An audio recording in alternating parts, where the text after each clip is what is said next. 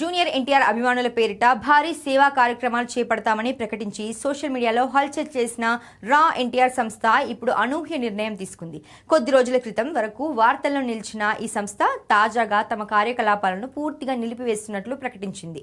అధికారిక ఎక్స్ ఖాతా ద్వారా విడుదల చేసిన ప్రకటనలో విజయం సాధించిన వారందరికీ మా అభినందనలు అంటూ వ్యంగ్యంగా గుడ్ బై చెప్పడం ఇప్పుడు నెట్టింట హాట్ టాపిక్ గా మారింది. అసలు ఈ వివాదానికి ఆరంభం ఊరు వాడ పేరుతో ప్రకటించిన సేవా కార్యక్రమాలే. ఆంధ్రప్రదేశ్ వ్యాప్తంగా 100 కోట్లతో సేవా కార్యక్రమాలు నిర్వహిస్తామని సంస్థ ప్రకటించడంతో ఒక్కసారిగా అందరి దృష్టి దానిపై పడింది.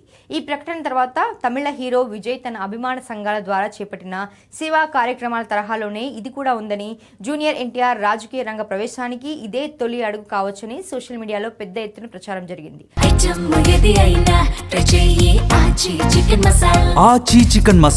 అయితే ఆ ప్రచారానికి అంతే త్వరగా బ్రేక్ కూడా పడింది. ఈ మధ్యనే జూనియర్ ఎన్టీఆర్ కార్యాలయం అధికారికంగా స్పందిస్తూ రా ఎన్టీఆర్ సంస్థతో మాకు ఎలాంటి సంబంధం లేదని స్పష్టం చేసింది. ఎన్టీఆర్ పేరు, ఇమేజ్ ను ఉపయోగించి కొందరు వ్యక్తిగత ప్రయోజనం పొందేందుకు ప్రయత్నిస్తున్నారని తెలిపింది. దీంతో నందమూరి అభిమానుల్లో చాలా మంది ఈ సంస్థపై తీవ్ర అభ్యంతరం వ్యక్తం చేశారు. సోషల్ మీడియాలో విమర్శలు మరింత తీవ్రమయ్యాయి. ఈ పరిణామాల మధ్య రా ఎన్టీఆర్ తమ కార్యకలాపాలను పూర్తిగా నిలిపివేస్తున్నట్లు ప్రకటించడం విశేషంగా మారింది.